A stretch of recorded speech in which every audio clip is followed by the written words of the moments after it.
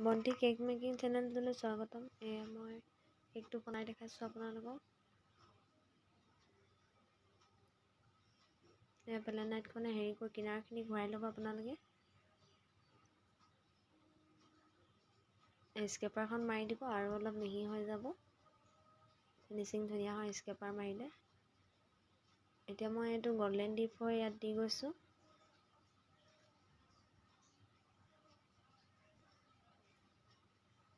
এতিয়া মই ৰ'জ বনাম, অৰেঞ্জ কালাৰ।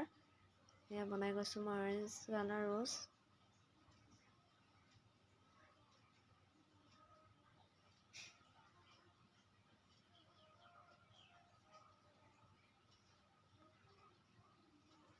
এতিয়া মই লিপ বনাই যাম কেকটোত। লিপ নজ্বলে।